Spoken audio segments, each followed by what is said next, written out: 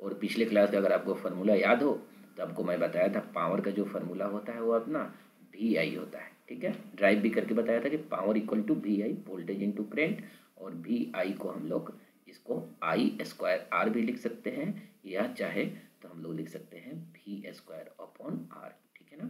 ये तीनों जो मैं लिखा इक्वेशन, ये तीनों इक्वेशन सेम ही है। अकॉर्डिंग टू द क्वेश्चन हम लोग यूज करेंगे। जैसे आपको ऑलरेडी पता होगा कि v इक्वल टू क्या होता है, आई आर होता है। तो ऑलरेडी इसके बारे में डिस्कस हो चुका है कि what is the power and how can you calculate power and electrical power and electrical energy में क्या डिफरेंस है, ये हम लोगों ने देख लिया है।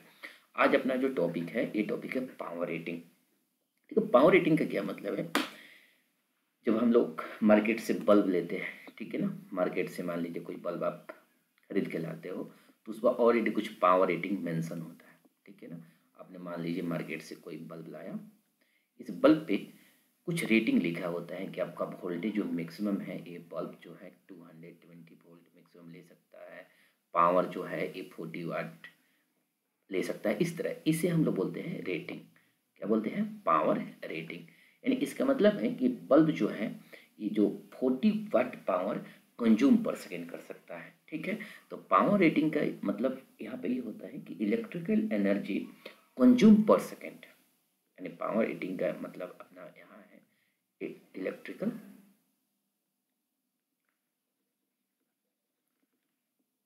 पावर रेटिंग का मीनिंग है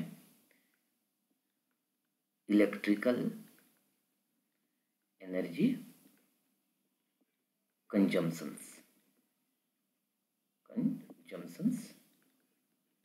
of device पर सेकेंड।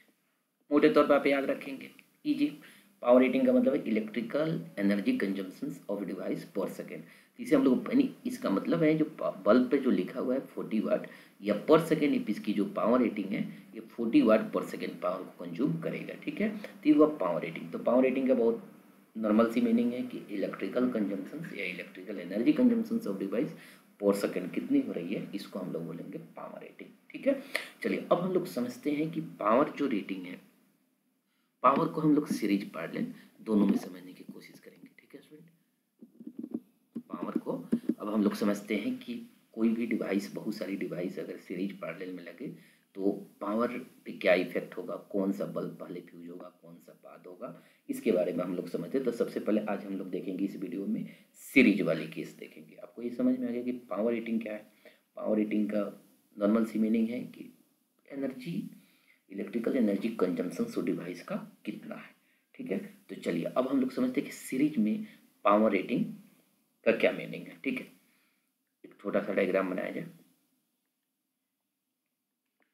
चलिए देखिए, आप मान लेते हैं कि हमने एक सर्किट बनाया,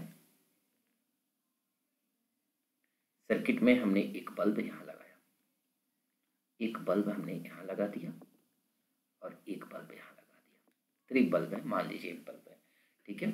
इसकी जो पावर रेटिंग है, इसकी पावर रेटिंग P1 है, ठीक है। जैसे मैंने बोला वोल्टेज मैक्सिमम, जो नॉर्मल मैक्सिमम जो बल्ब होते हैं उस पर लिखा था 220 वोल्ट, 110 वोल्ट का भी आता है, लेकिन हम लोग मान लेते हैं कि जो भी हमने पावर रेटिंग यूज किया, पावर अलग है लेकिन सब पे वोल्टेज का रेटिंग है, यानी वोल्टेज जो मेंशन है वो सेम है। हम लोग ये बात मान लेते हैं यहाँ पर, ठीक है। P2 इसका है, V इसका है, P3 इसका है, V इसका मतलब है कि पावर P1 अलग है, यानी जो 40 वाट मैं लिखा हूँ ना, ये चीज़ें अलग अलग है। P1 में कुछ और हो सकता है, P2 में कुछ और, लेकिन पोटेंशियल सेम है, इसका मीनिंग ये है, ठीक है। और इसे मैंने क्या किया, किसी एनर्जी सोर्स से, या बोल सकते हैं हम लोग बैटरी, बैटरी से कर दिया कनेक्ट, ठीक है। अब समझते हैं कि क्या यहाँ पर होने वाला है। चलिए अभी आपको पता है, अभी कुछ देर पहले फार्मूला लिखा था P इक्वल टू वी आई, या जैसे ऐसा लिखा था ना P इक्वल टू वी आई, या हम लोग लिख सकते हैं आई स्क्वायर आर, या हमने लिखा था वी स्क्वायर अपॉन आर, ठीक है। तो मैं यहाँ कांस्टेंट क्या लिया हूँ, यहाँ तो कांस्टेंट हर किसी में P को सेम लिया हूँ। देखिए यहाँ भी सेम, यहाँ भी सेम, पहले आपको बता भी दिया हूँ कि यहाँ पर मैंने P क्या लिया हूँ, सेम लिया हूँ, ठीक है। P मैंने यहाँ ले लिया हूँ सेम।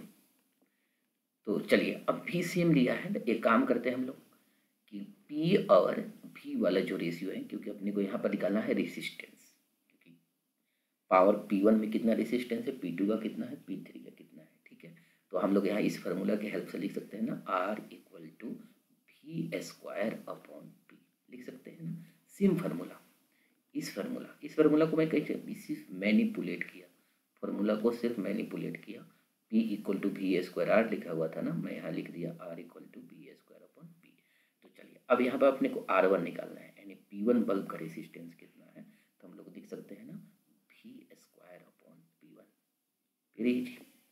इसी तरह अगर R2 निकालना है, सेकेंड बल्ब का रेसिस्टेंस निकालना है, तो हम लोग लिख सकते हैं V square upon P2। Similar तरीके से अगर R3 का रेसिस्टेंस निकालना है, तो हम लिख सकते हैं V स्क्वायर अपॉन P3, ठीक है। हम लोग लिख लेते हैं यहाँ पर। तो यहाँ से इसका कंक्लूजन ये निकल के आता है, जो तीनों रेसिस्टेंस मैं निकाला हूँ, इसका कंक्लूजन ये निकल के स्टूडेंट आया कि मैं यहाँ पर ये, क्योंकि B तो कांस्टेंट है, तो कांस्टेंट को पहले हम कांस्टेंट मानकर भूल जाते हैं, और R को हम लोग क्या का स्टूडेंट कर लेते हैं, R inversely proportional to 1/P। यहाँ पर एक बात आपको समझ में आ गया होगा, हर फार्मूला में सेम चीज़ हो रहा है, यानी इसका एक जनरलाइज फार्मूला अगर मैं बना रहा हूँ तो ये आ गया R inversely proportional to 1/P, ठीक है। अब हम लोग समझेंगे इसकी क्या सिग्निफिकेंस है, क्या मीनिंग है, ठीक है, इसे हम लोग समझते हैं। तो अब अभी आप लिखने की ज़रूरत नहीं है, जब मैं पढ़ा लूँ तो फिर आप पहले समझिए, उसके बाद आप लिख सकते हैं, ठीक है ना। अभी लिखने की आपको कोई आवश्यकता नहीं है, अभी आप समझ लीजिए, ठीक है। चलिए अब हम लोग ये काम करते हैं, यहाँ पर अपना काम ये है कि अब देखिए यहाँ पर R inversely proportional to 1/P, ठीक है।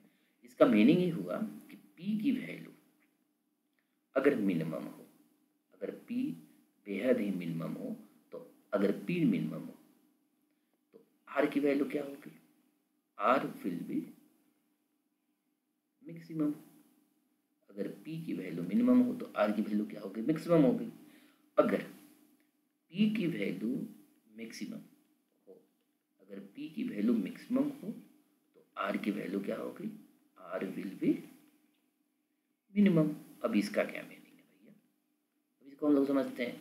अगर P की वैल्यू मिनिमम होगी तो R होगी मैक्सिमम, अगर P की वैल्यू मैक्सिमम तो R विल बी मिनिमम। यानी बहुत सारे बल्ब को अगर हम लोग सीरीज में कनेक्शन करते हैं, तो जहाँ R मैक्सिमम हो या P मिनिमम हो, वैसे केस में वो वाली जो बल्ब होगी ना, ये इस बल्ब की जो ग्लोइंग जो होगी ये बहुत ज़्यादा होगी, ब्राइटनेस, ये बात समझ में आई। अपने माइंड में रख लेना है कि सीरीज में किसी बल्ब को अगर कनेक्शन देते हैं तो जिसकी पावर कम हो, यानी रेटिंग कम हो, ये बताया ना 40 वाट, रेटिंग कम हो तो R मैक्सिमम होगी, रेसिस्टेंस ज़्यादा से ज़्यादा होगा, और रेसिस्टेंस ज़्यादा से ज़्यादा होगा तो उस बल्ब की ब्राइटनेस क्या होगी, ज़्यादा से ज़्यादा। क्लियर। अगर इसी तरह जिसकी पावर मैक्सिमम है और R मिनिमम है, पावर मैक्सिमम R मिनिमम भी पावर रेटिंग है, तो वैसी बल्ब की जो ब्राइटनेस नहीं होगी वो जलेगी डिम। तो ये अपने माइंड में रख लेके, वेरी इंपॉर्टेंट। अगर P minimum R will be maximum, तो वैसे केस में ब्राइटनेस ज़्यादा, और P मैक्सिमम R मिनिमम, तो वैसे बल्ब चलेगी डिम। तो एक बात और समझ में यहाँ से एक निकल के कंक्लूजन और आ रहा है, मान लीजिए किसी सर्किट में सेफ लिमिट से ज़्यादा करंट फ्लो हो जाए तो किस बल्ब को फ्यूज होने की पॉसिबिलिटी ज़्यादा होगी, तो जो जितना ज़्यादा ब्राइटनेस होगा, यानी जिसकी पावर रेटिंग मिनिमम से मिनिमम होगी, वो वाला बल्ब क्या हो जाएगा, सबसे पहले फ्यूज होगा। सबसे पहले फ्यूज कौन सा बल्ब होगा, जिसकी पावर रेटिंग मिनिमम होगी, ठीक है ना। When the current in the circuit, लिख देता हूँ, when the current in the circuit, circuit क्या आप समझिएगा, circuit in the current in the circuit exceeds कर गया, मान लीजिए exceeds the safety limit. Safety limit का मतलब है, मान लीजिए उसकी एक हर वायर की एक सेफ्टी लिमिट होती है करंट की, उससे अगर एक्सीड कर गया सेफ्टी लिमिट, तो कौन से बल्ब फ्यूज होंगे, जो जितना ज़्यादा ब्राइटनेस होगा वो वाला। तो bulb of lowest power rating, यहाँ लिख लेता हूँ, bulb of lowest power rating will fuse first। Clear? ये बातें याद रखना है। अगर सीरीज में किसी बल्ब को अगर बल्ब का कनेक्शन हो रहा है तो जिसकी पावर रेटिंग मिनिमम होगी उस बल्ब की ब्राइटनेस ज़्यादा होगा, या ये भी बोल सकते हैं जिसकी आर मैक्सिमम होगी उसकी ब्राइटनेस ज़्यादा होगा। और सेफ्टी लिमिट से अगर क्रॉस करती है करंट तो मिनिमम जिसकी पावर रेटिंग होगी, लोएस्ट पावर रेटिंग होगी, उस बल्ब की फ्यूज होने की पॉसिबिलिटी क्या हो गई, ज़्यादा हो गई। ठीक है, ये बात आपको समझ में आ गया कि पावर रेटिंग क्या होता है। अब पावर रेटिंग अगर सीरीज में बल्ब कनेक्टेड है तो क्या होगा, कौन सी बल्ब की ब्राइटनेस ज़्यादा होगी, कम होगी, ये आपको समझ में आ गया। चलिए अब यहाँ पर हम लोग बात करते हैं कि अगर सीरीज में बल्ब कनेक्शन है तो उसकी पावर इक्विवेलेंट रेटिंग कैसे निकालना। आपको पता है ना कि सीरीज में अगर रेसिस्टेंस आप निकालते होंगे, आर इक्विवेलेंट निकालेंगे सीरीज में, तो आपको पता है कि जितने सारे रेसिस्टेंस है सबको क्या कर दीजिए, ऐड कर दीजिए। सिंपल तरीके से इंडिविजुअल रेसिस्टेंस का ऐड जो होता है इक्विवेलेंट, इसी को आर इक्विवेलेंट बोला जाता है सीरीज में। लेकिन अगर पावर का इक्विवेलेंट निकालना हो सीरीज में, जैसे अभी बताया था ना पावर का इक्विवेलेंट, पावर का इक्विवेलेंट देखिए ऊपर, पावर का इक्विवेलेंट अगर P1 P2 P3 का इक्विवेलेंट निकालना हो तब क्या होगा, बहुत ईजी है। हम लोग सिर्फ ये भी फार्मूला आता है, डायरेक्ट आता है फार्मूला कि सीरीज में पावर का इक्विवेलेंट क्या होगा। ठीक है, तो ये काम कर ले, आर इक्विवेलेंट यहाँ है तो अपने सोर्स से, सोर्स को मान लीजिए आर, और यहाँ पर सोर्स को हमने मान लिया, अभी कुछ देर पहले आर को लिखा था R equal to V square upon P, एक जनरलाइज फार्मूला बनाया था, तो इसी आधार पर हम लोग लिख सकते हैं आर इक्विवेलेंट के लिए V square upon P equivalent लिख सकते हैं ना, वी, क्योंकि वी को मैंने क्या रखा था, कांस्टेंट रखा था। यहाँ पर इसी तरह हम लिख सकते हैं वी स्क्वायर अपॉन P1 लिखा हूँ, ऊपर लिखा था मैं वी स्क्वायर अपॉन P2, और यहाँ लिख सकता हूँ वी स्क्वायर अपॉन P3। देखिए वी स्क्वायर दोनों साइड है, तो वी स्क्वायर के लिए हम वी स्क्वायर कर देंगे कैंसिल, अपना आ गया P equivalent 1 upon P equivalent 1 by P1 plus 1 by P2 plus 1 by P3। ठीक है, यानी सीरीज में अगर बल्ब का कनेक्शन है तो पावर का रेटिंग जो होता है ना, जो रेसिस्टेंस हम लोग पैरेलल का निकालते हैं उसके जैसा होता है, याद रखना 1 upon P equivalent equal to 1 by P1 plus 1 by P2 plus 1 by P3। Very easy. चलिए अब हम लोग थोड़ा और आगे बढ़ते हैं, तो जूम ज़्यादा हो गया कम। आप वीडियो पॉज करके आप इसको नोट भी कर सकते हैं, चाहे तो नोट कर सकते हैं। ठीक है, थोड़ा सा और बड़ी किया जाए।